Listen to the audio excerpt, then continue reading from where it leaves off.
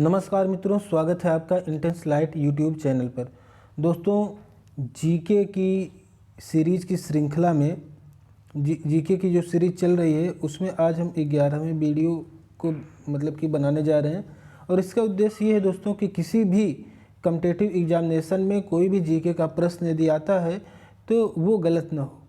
दोस्तों, बहुत ही विश्लेषण करके प्रश्नों को चुना गया है और विशेष करके वो लोग जो यूपी ट्रिपल एससी के द्वारा आयोजित कराई जाने वाली परीक्षाओं में वो अपना प्रतियोगिता में भाग ले रहे हैं, चाहे वो लेखपाल का हो चाहे पीईटी का हो। पीईटी आगे फिर से कराया जाएगा, लेकिन क्योंकि इसके पहले जो कराया गया था पीईटी का एग्ज़ाम पेट का, उसमें बहुत सारे लोगों किसी वजह से भाग नहीं ले पाए थे, तो पीईटी का। इसके अलावा दोस्तों, अधीनस्थ चयन सेवा आयोग द्वारा जो लोअर की परीक्षा, लोअर सबऑर्डिनेट की और मंडी परिषद अधिकारी की आदि कई परीक्षाएं यूपी ट्रिपल एससी द्वारा आयोजित करवाई जाती हैं। आगामी कुछ समय में लेखपाल का चूँकि फार्म डाला जा चुका है लेखपाल, तो इसकी भी परीक्षा इसी के द्वारा कराई जाएगी। तो दोस्तों, यूपी ट्रिपल एससी के जीके पूछने का क्या ट्रेंड है, किस तरह के करंट अफेयर्स पूछता है, किस तरह के ये जीके के कि जो स्टैटिक जीके के क्वेश्चंस को पूछता है, हिस्ट्री, जियोग्राफी और विज्ञान के प्रश्नों को किस तरह से पूछता है, किस टाइप के, तो वो हमारा यहाँ से क्लियर होगा। इसके अलावा दोस्तों, यूपी पीएससी यानी यूपी पीसीएस का जो प्रश्न होते हैं उसके लिए भी महत्वपूर्ण होते हैं, क्योंकि बहुत सारे स्टैटिक जीके के और इन्फॉर्मेटिव क्वेश्चंस यूपी पीसीएस में भी पूछे जाते हैं। इसके अलावा दोस्तों, सुपर टेट की अगर बात करें तो सुपर टेट का जो सिलेबस होता है उसके सिलेबस का जो लेवल होता है दोस्तों, वो इन्हीं दोनों के बीच का होता है, यानी यूपी पीसीएस और यूपी ट्रिपल एससी के बीच का ही होता है। तो मिला जुला करके उसके लिए भी बहुत ही इम्पॉर्टेंट होगा अगर आप इनके प्रश्नों को देख लेंगे। इसके अलावा दोस्तों, इसमें बहुत सारे ऐसे प्रश्न शामिल होते हैं जो अक्सर विभिन्न प्रतियोगी परीक्षाओं में रिपीट होते रहते हैं, चाहे वो एसएससी का हो, एसएससी सीजीएल का हो, या टाइपिंग का कोई एग्ज़ाम रहा हो, आरओ का रहा हो। विभिन्न प्रतियोगी परीक्षाओं में वो प्रश्न बार बार रिपीट होते रहते हैं। तो इसको हल करने का उद्देश्य दोस्तों, कम से कम वो प्रश्न जो अक्सर रिपीट होते हैं वो कभी गलत ना हो और नए प्रश्नों का अनुभव प्राप्त करना। और इसके साथ दोस्तों, इसकी विशेषता क्या है, मैं हर वीडियो के शुरुआत में बताता हूँ कि कोई भी प्रश्न होता है, अगर वहाँ पर उसके बारे में डिटेल में डिस्कस करने की बात होती है, कुछ इन्फॉर्मेटिव क्वेश्चन देने की कि उसमें इन्फॉर्मेटिव नॉलेज या फिर कुछ एक्सप्लेनेशन देने की बात होती है, तो मैं एक्सप्लेनेशन भी यहाँ पे करता हूँ। तो दोस्तों, अगर हम एक्सप्लेनेशन भी देखते जाएंगे तो उस टॉपिक से रिलेटेड जितने भी प्रश्न बन सकते हैं वो पूछे जाने की जिसकी संभावना ज़्यादा रहती है, उसका भी हम डिस्कशन कर लेंगे, वो हमारा तैयार हो जाएगा। और एक शॉर्ट ट्रिक और मैं आपको बता दूं दोस्तों, कोई भी प्रश्न होता है, जैसे कोई परीक्षा में कोई प्रश्न पूछा गया, ठीक है, तो जिस विषय पर वो प्रश्न पूछा गया, यानी जिस टॉपिक पर वो प्रश्न पूछा गया, अगले परीक्षा में ज़रूरी नहीं कि हूबहू ऐसा ही प्रश्न आ जाए।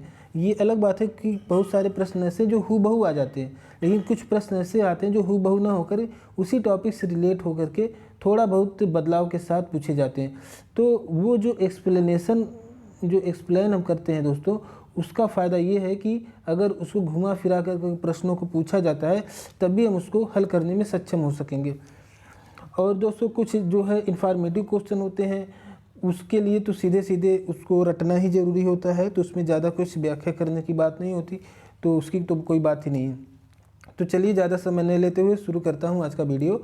और देखिए, यहाँ का आज का जो पहला प्रश्न है, भारत के संविधान में निम्न में से किसके विरुद्ध अभियोग चलाने का प्रावधान नहीं है। ये पूछा है किसके विरुद्ध अभियोग चलाने का प्रावधान नहीं है दोस्तों। तो देखिए, राष्ट्रपति के खिलाफ तो महाभियोग लगता है, आप जानते हैं, और मुख्य न्यायाधीश के खिलाफ हालांकि उसके लिए महाभियोग का शब्द का प्रयोग नहीं किया गया है संविधान में, परंतु जो प्रक्रिया है बिल्कुल महाभियोग के जैसी है, उसी तरह से उपराष्ट्रपति के लिए। लेकिन दोस्तों, जो राज्य के राज्यपाल होते हैं, इनके ऊपर कोई भी अभियोग या महाभियोग नहीं लगता। अगर इनको पद से मुक्त करना है तो इस सीधे राष्ट्रपति के कहने पर ये अपना इस्तीफा राष्ट्रपति को सौंप देंगे। तो राज्यपाल जो होते हैं दोस्तों, ये राष्ट्रपति के प्रसाद प्रयत्न, एक शब्द आता है प्रसाद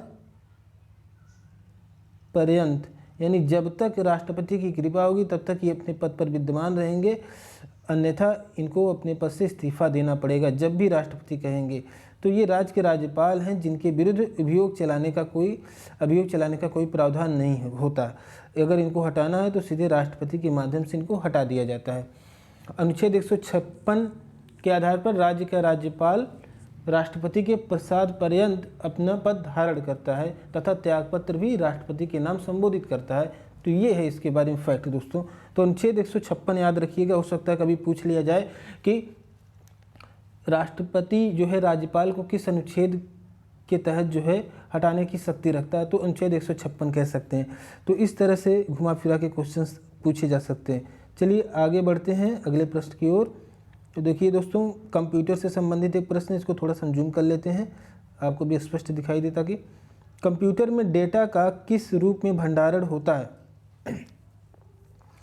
तो दोस्तों देखिए, कंप्यूटर अगर आप थोड़ी बहुत नॉलेज रखते होंगे तो डेटा जो यहाँ पर काम करता है तो 0 और 1 के रूप में, जो कि एक बाइनरी संख्या है।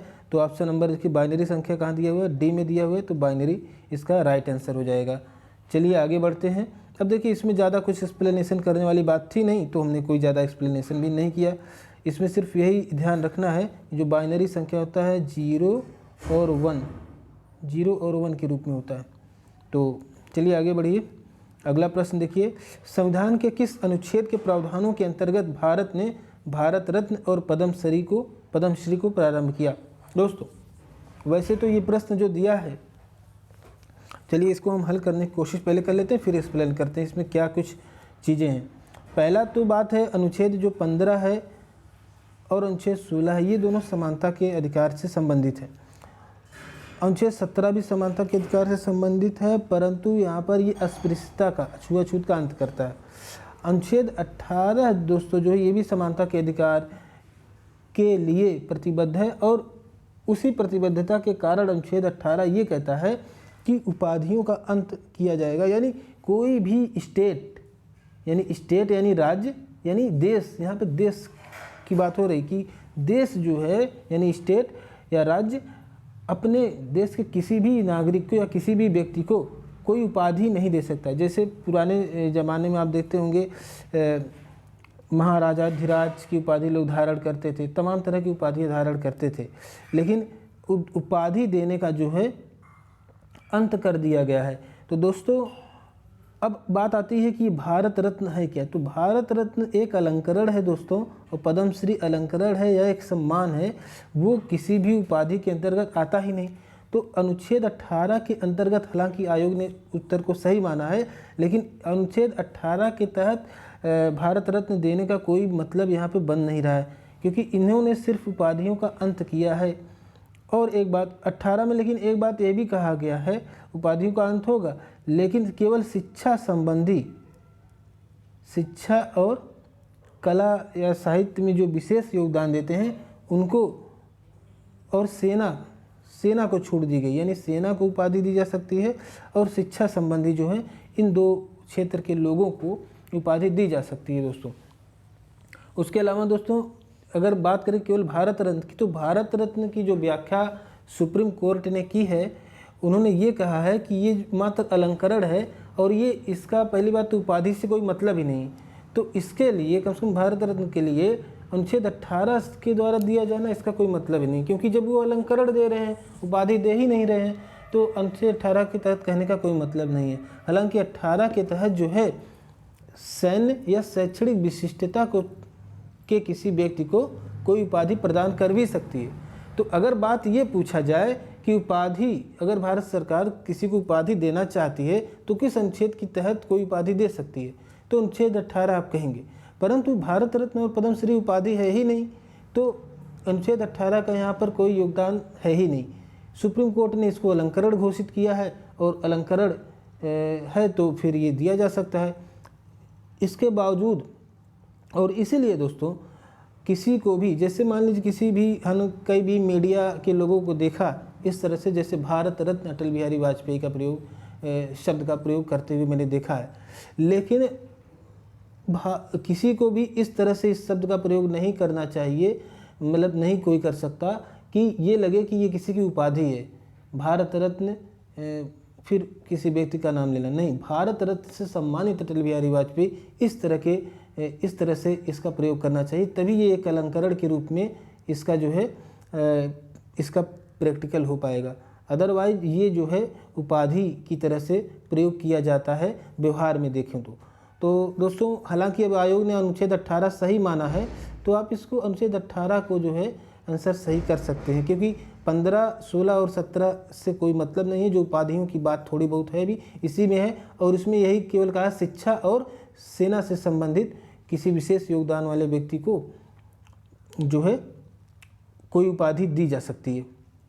तो ये आप ध्यान रखिएगा, लेकिन ये भी ध्यान रखिएगा कि भारत रत्न या पद्मश्री कोई भी उपाधि नहीं है। चलिए आगे बढ़ते हैं। भारत में कृषि आयकर लगाया जा सकता है किसके द्वारा?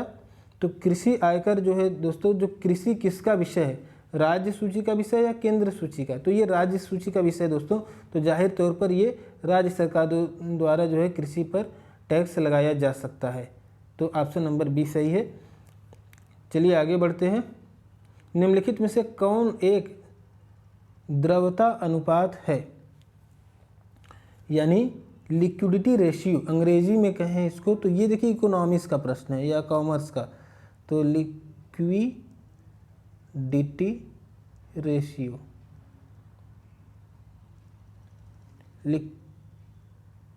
यानी तरलता अनुपात इसको बोलते हैं। तरलता अनुपात के बारे में पूछा गया है कि कौन सा एक तरलता या द्रवता अनुपात है? तो जो चालू अनुपात होता है वही द्रवता अनुपात होता है, यानी करंट रेशियो। तो करंट रेशियो का फार्मूला क्या होता है? करंट रेशियो का फार्मूला होता है current asset upon current liability. Current asset upon current liability, यही होता है चालू अनुपात या करंट रेशियो या लिक्विडिटी रेशियो। तो ये फार्मूला है, और ये ऑप्शन नंबर बी सही है। चलिए आगे बढ़ते हैं। भारतीय संविधान के अंतर्गत निम्नलिखित में से कौन एक मौलिक कर्तव्य नहीं है? मौलिक कर्तव्य नहीं है दोस्तों, कौन सा एक? देखिए मौलिक कर्तव्यों की जब आप सूची को देखते हैं दोस्तों, तो आप कुल 11 मौलिक कर्तव्य उसमें मिलते हैं।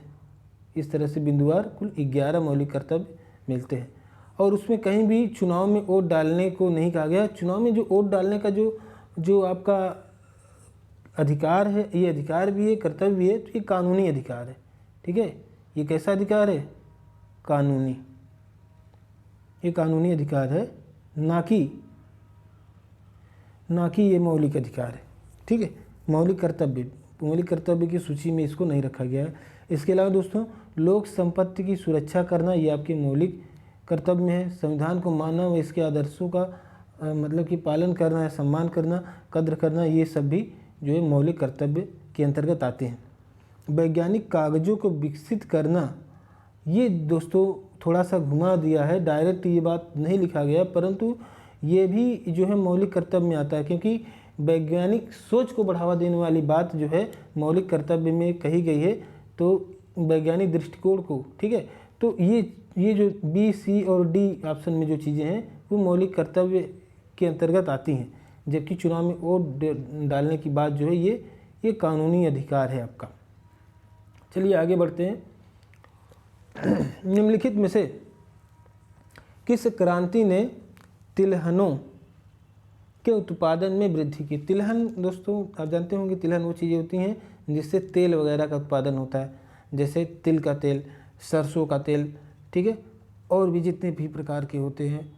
तो देखिए ये जो पीली क्रांति इसको बोलते हैं, पीली क्रांति, तिलहनों के उत्पादन में वृद्धि किस क्रांति ने की? तो पीली क्रांति ने।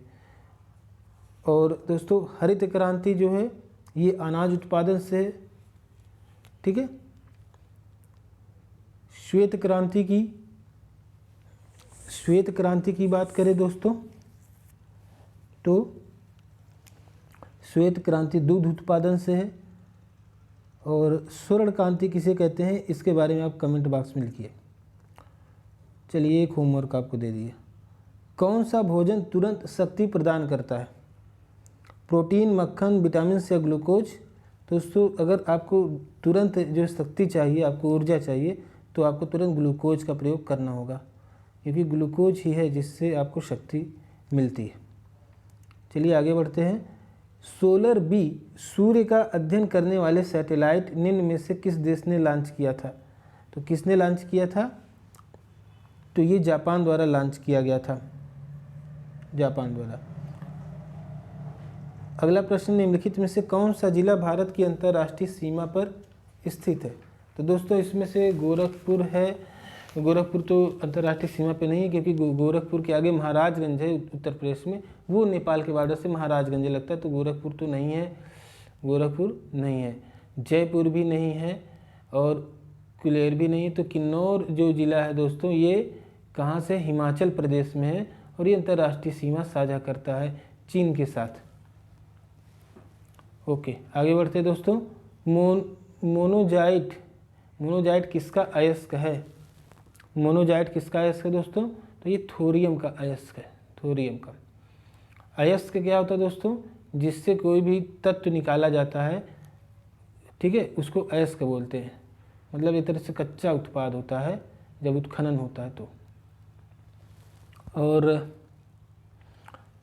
थोरियम की बात करें, थोरियम का अयस्क है मोनोजाइट। ये लाल खाकी रंग का फॉस्फेट खनिज है, और इससे थोरियम के अलावा लौंथनम और सीरियम जैसे महत्वपूर्ण तत्वों को भी निकाला जाता है दोस्तों। तो दो और तत्व ऐसे हैं जो इस मोनोजाइट अयस्क से निकाले जाते हैं थोरियम के अलावा, वो भी आपने जान लिया। कौन कौन से हैं?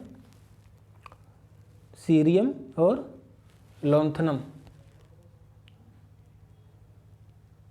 लौंथनम और सीरियम।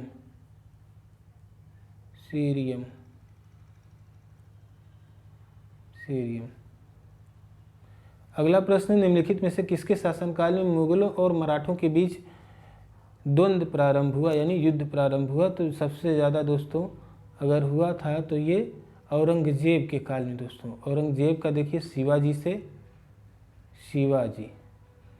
शिवाजी वाला मैटर आपने देखा होगा। और शिवाजी जो है, शिवाजी की कुछ महत्वाकांक्षा भी थी, और दूसरा औरंगजेब की जो दक्कन में जो विस्तारवादी नीतियाँ थीं, उस वजह से भी मराठों और मुगलों के बीच जो है ये द्वंद्व प्रारंभ हुआ था। चलिए आगे बढ़ते हैं अपने अगले प्रश्न पर। अगला प्रश्न है, वह कौन सी प्रथम माइक्रो वित्त कंपनी है जो भारत में अगस्त 2015 में एक बैंक के रूप में परिवर्तित हो गई? देखिए माइक्रो फाइनेंस कंपनी के बारे में पूछ रहा है, कौन सी है वो, ठीक है। तो बंधन बैंक था जो माइक्रो, अब ये स्टैटिक जीके का भी क्वेश्चन बन गया है दोस्तों, इसको याद रखिए। एक माइक्रो वित्त कंपनी थी, बाद में वो एक बैंक के रूप में परिवर्तित हो गई थी। आगे चलिए, एक सहकारी समिति के गठन के लिए न्यूनतम कितने सदस्यों की आवश्यकता होती है?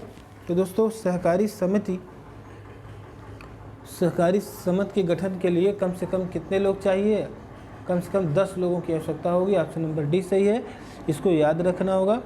इसके अलावा दोस्तों सहकारी समिति की बात करें तो इसमें जो है ये समिति जो है लोगों का एक संघ होता है, यूनियन होता है, जो अपने पारस्परिक लाभ तथा जैसे सामाजिक, आर्थिक और सांस्कृतिक लाभ के लिए स्वेच्छापूर्ण सहयोग करते हैं। तो ऐसे जो समितियां बनती हैं उनको सहकारी समिति कहते हैं। तो कम से कम इसके लिए 10 सदस्यों की ज़रूरत पड़ती है। तो ऑप्शन नंबर डी इसका सही उत्तर है। अगला है पश्चिमी घाट है, पर्वत है, पठार है, पहाड़ों की ढलान है या पहाड़ियाँ हैं? देखिए थोड़ा डिफिकल्ट सवाल है, पठार या पठारों का ढलान। तो देखिए ये है तो पठारों का ढलान, पश्चिमी घाट। देखिए पश्चिमी घाट है कहाँ, जैसे आप इंडिया का मैप दे रहे हैं इस तरह से देखिए जो केरल का एरिया है, इधर कर्नाटक का एरिया है, ठीक है। तो इसके जो किनारे का कगार पे जो है यहाँ पर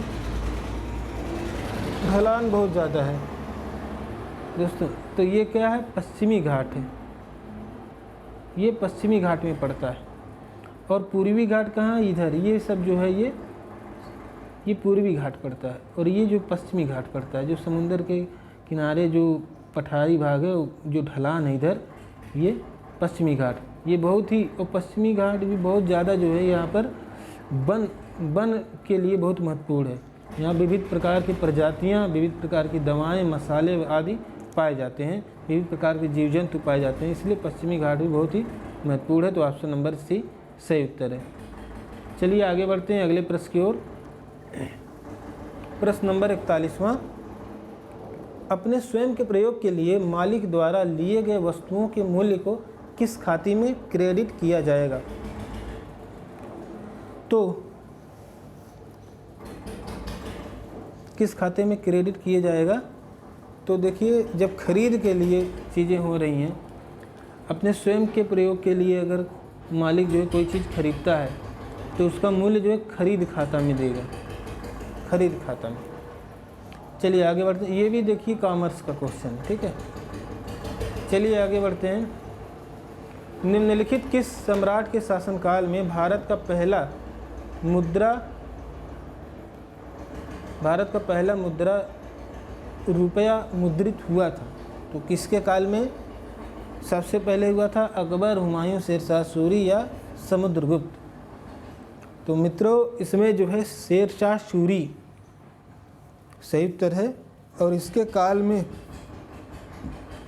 जो है भारत की पहली मुद्रा रुपया शेरशाह सूरी के ही काल में प्रारंभ हुई थी, मुद्रित हुई थी, और आगे चल कर के सम्राट अकबर ने भी इसका विकास किया। तो ऑप्शन नंबर सी सही है, शेरशाह सूरी। अगला प्रश्न है दोस्तों, शहद का प्रमुख घटक है, शहद का प्रमुख घटक कौन सा है? ग्लूकोज है, सुक्रोज है, माल्टोज है या फ्रक्टोज है? तो दोस्तों, वैसे तो शहद में ग्लूकोज भी होता है, सुक्रोज भी होता है, फ्रक्टोज भी होता है, तो फ्रक्टोज लेकिन जो है इसका प्रमुख घटक है दोस्तों, ठीक है। तो ये क्या है? फ्रक्टोज, इसका प्रमुख घटक है फ्रक्टोज। इसके अलावा ग्लूकोज भी इसमें पाया जाता है। चलिए आगे बढ़ते हैं। निम्नलिखित में से कौन राजस्व व्यय का एक उदाहरण है? तो राजस्व व्यय का उदाहरण देखिए, राजस्व व्यय क्या होता है?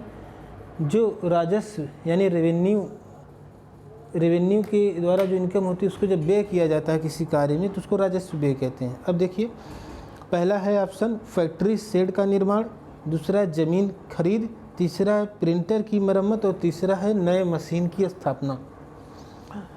दोस्तों ये देखिए, जब आप किसी फैक्ट्री सेट का निर्माण करते हैं तो आप एक संपत्ति का निर्माण करते हैं, ज़मीन खरीदते हैं तो आपके पास संपत्ति का निर्माण होती है, नए मशीन की स्थापना करते हैं तभी आपके पास एक संपत्ति अर्जित होती है। लेकिन एक प्रिंटर की मरम्मत कराते हैं तो ये आपका क्या डेफिसिट है, मतलब घाटा है। मतलब एक तरह से कैसे डेफिसिट नहीं, एक शब्द है जैसे इसके लिए कि आपका डिप्रिसिएशन हो गया, मशीन में कुछ खराबी आ गई, आपने इसको बनवा दिया तो मशीन जैसी थी वैसे आ गई, आपकी संपत्ति में कोई बढ़ोतरी नहीं हुई। जब संपत्ति में कोई बढ़ोतरी नहीं हुई तो वो क्या हो गया आपका? वो राजस्व व्यय का उदाहरण हो गया। ये राजस्व व्यय हो गया प्रिंटर की मरम्मत। कोई भी ऐसा व्यय जिससे आपकी किसी संपत्ति का निर्माण नहीं होता है तो वो क्या कहलाता है? राजस्व व्यय कहलाता है। अगला प्रश्न है दोस्तों, निम्नलिखित में से कार्बन नहीं होता है कौन सा? तो डायमंड, ग्रेफाइट, कोयला। दोस्तों कार्बन का जो रूप है, डायमंड भी कार्बन का रूप है, ग्रेफाइट भी है और आपका कोयला भी है। तो दोस्तों इनमें से कोई नहीं, आंसर नंबर डी इसका सही है। चलिए आगे बढ़ते हैं। उत्तर प्रदेश में किस जिले में सर्वोत्तम सोलर ऊर्जा संयंत्र प्रारंभ किया गया? तो उत्तर प्रदेश में किस जिले में सबसे पहले सोलर ऊर्जा संयंत्र प्रारंभ किया गया? दोस्तों ये भी स्टैटिक जीके का क्वेश्चन है। अब देखिए, आगरा, मथुरा, अलीगढ़ या सहारनपुर, तो इसको याद रख लीजिए दोस्तों। ये अलीगढ़ में सबसे पहले सोलर ऊर्जा संयंत्र का प्रारंभ किया गया। कहाँ पर? अलीगढ़ में। वेरी इंपॉर्टेंट, और ये स्टैटिक जीके का क्वेश्चन है क्योंकि सर्वप्रथम सोलर ऊर्जा का जो है प्रारंभ किया गया है। और दूसरी बात, जो चीज़ें हमारे पर्यावरण से बिल्कुल बहुत ज़्यादा सेंसिटिविटी उनकी बनी रहती है या बहुत ज़्यादा जो है संवेदनशील होती हैं चीज़ें, या पर्यावरण सुधार से संबंधित होती हैं, पर्यावरण हानि से संबंधित होती हैं, दोनों बातें वो बहुत ज़्यादा इम्पॉर्टेंट हो जाती हैं, उस पर प्रश्न ज़्यादा बनते हैं।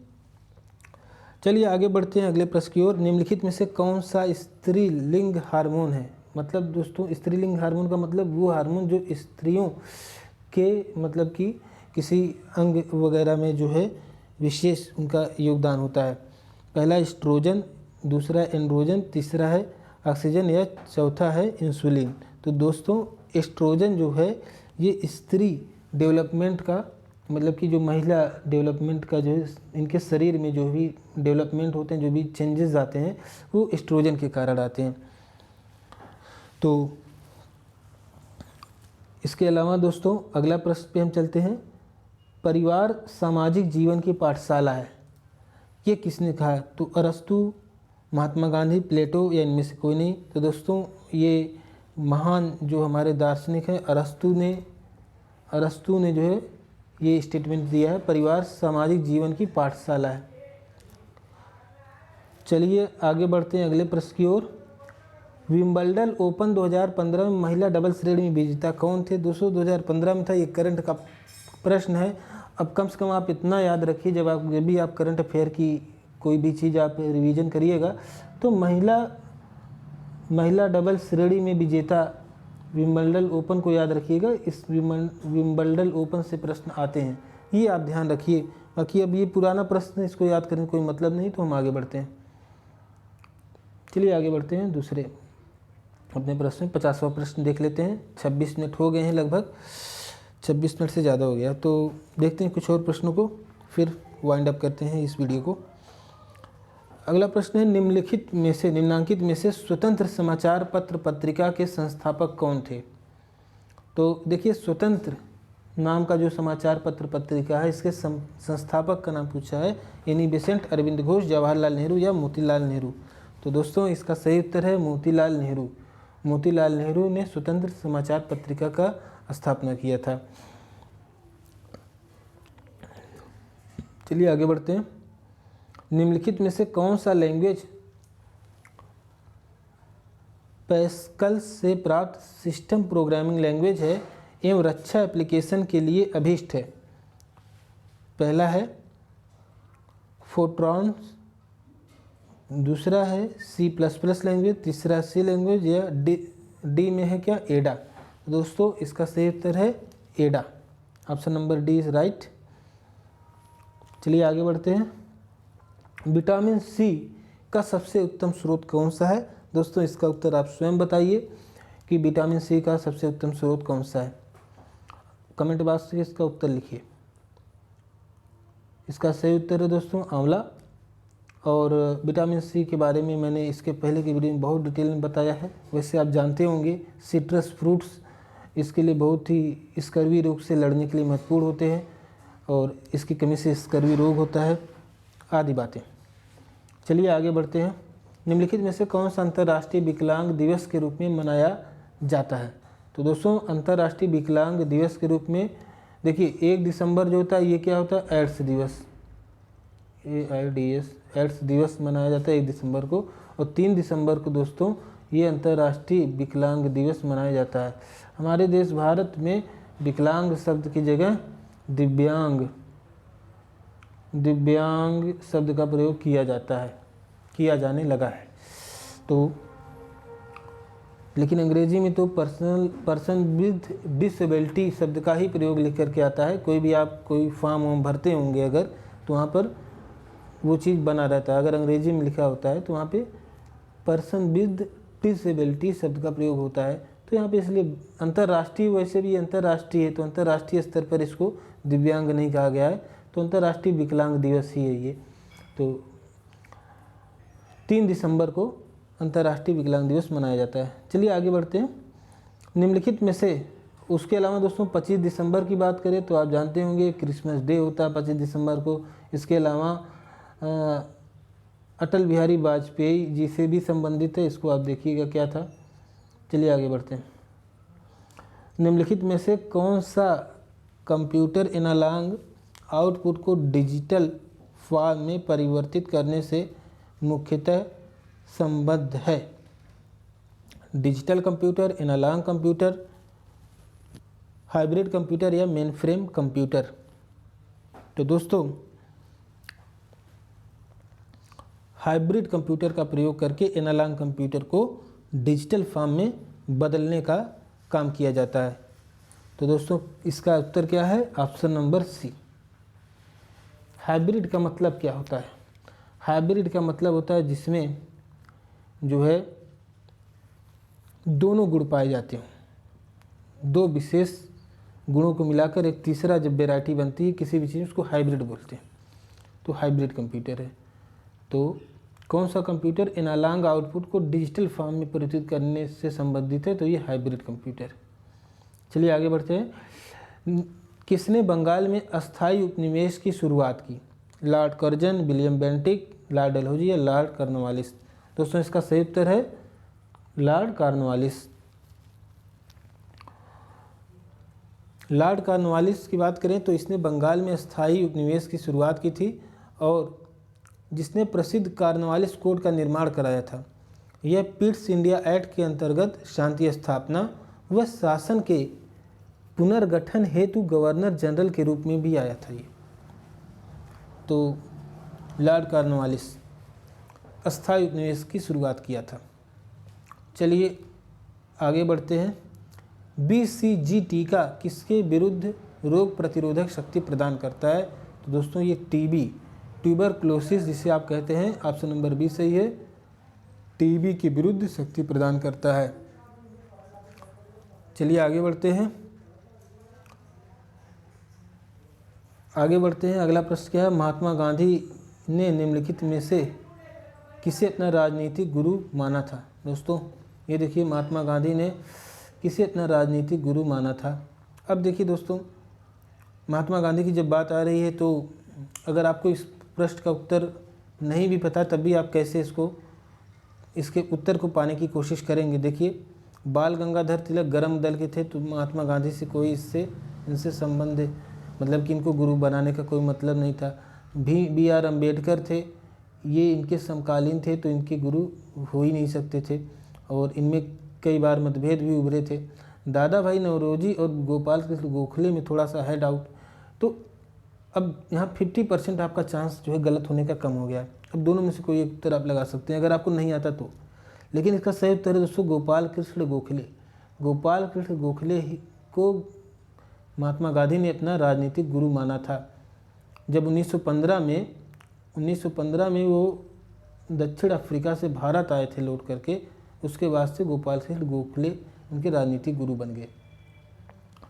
बात करें दादा भाई नौरोजी के, दादा भाई नौरोजी का विशेष योगदान जो भारत में जो आर्थिक नीतियाँ थी ब्रिटिश गवर्नमेंट की, तो उन्होंने उसके बारे में लिखा था un British rule in India में, और उन्होंने उसमें एक आर्टिकल लिखा था जो है poverty un British rule in India, जिसमें उन्होंने ड्रेन थ्योरी का जो है कंसेप्ट दिया था, किस तरह से भारत से बहुत ज़्यादा मात्रा में धन ब्रिटेन भेजा जा रहा है। तो ये कुछ रिलेटेड इससे बातें थी। फिलहाल आगे बढ़ते हैं। भारत और श्रीलंका को अलग करने वाली जलराशि कौन सी है दोस्तों? तो भारत और श्रीलंका को अलग करने वाली जलराशि वेरी इंपॉर्टेंट क्वेश्चन है दोस्तों। कौन सी जलराशि है? तो दोस्तों इसे पाक जल संधि है, पाक स्ट्रेट। जैसे ये भारत है, ये हिंद महासागर है और यहाँ पर श्रीलंका दोस्तों। तो दोस्तों जो यहाँ पर ये जो इस तरह से ये इस तरह से ये पाक स्ट्रेट से इसको पाक जल संधि बोलते हैं और ये भारत और श्रीलंका को अलग करती है। तो ये है दोस्तों। और अगला प्रश्न फिर एक हिस्ट्री से देखिए, वास्को डी गामा किस वर्ष कालीकट में आया था, कालीकट उतरा था? तो ये आया था 1498 में। ऑप्शन नंबर डी से इसको रट लीजिए, कई बार इससे डायरेक्ट प्रश्न आता है। अगला प्रश्न है उत्तर प्रदेश से संबंधित है, इसलिए इसको डिस्कस कर दे रहा हूँ, अन्यथा समय काफ़ी हो गया। तो उत्तर प्रदेश में कौन सी जनजाति दीपावली को शोक के रूप में मनाती है? तो दोस्तों थारू जनजाति उत्तर प्रदेश में शोक के रूप में मनाती है दीपावली को, थारू जनजाति। ये जो दोस्तों यूपी है आपका,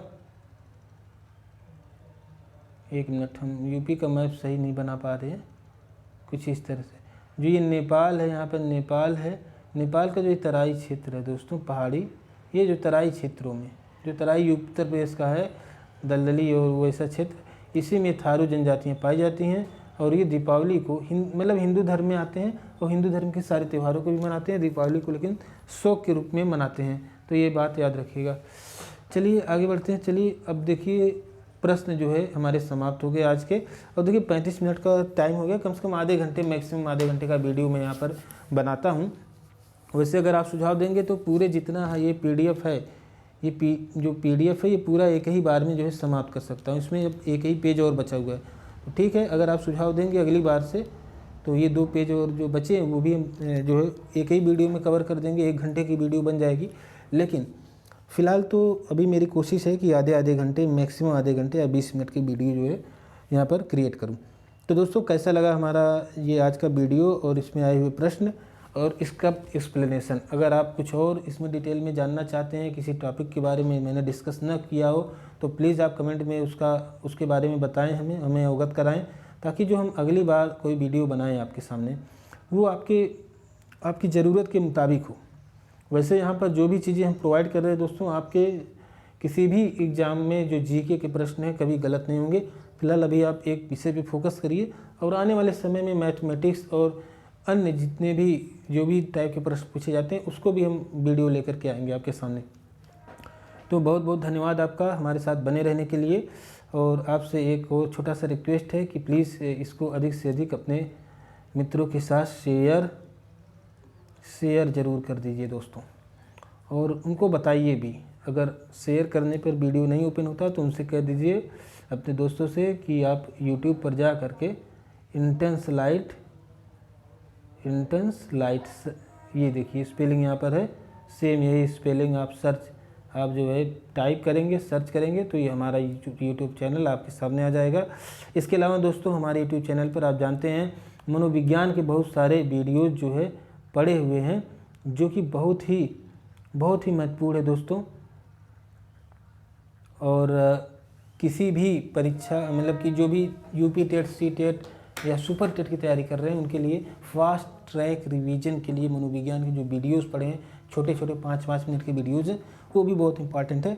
और फिलहाल अगर आप मतलब कि शिक्षा के क्षेत्र में नहीं जाना चाह रहे हैं, आप किसी दूसरे कंपटीशन की तैयारी कर रहे हैं जैसे लेखपाल या ग्रुप D या किसी और की भी, पुलिस की, ठीक है, या मंडी परिषद अधिकारी की, तहसीलदार की, या PCS प्रीलिम्स की, तो उसके लिए आपके लिए ये बहुत ही रामबाण है। तो उसके लिए आप GK के प्रश्नों को मजबूत कीजिए। बहुत बहुत धन्यवाद। मिलते हैं नेक्स्ट वीडियो में।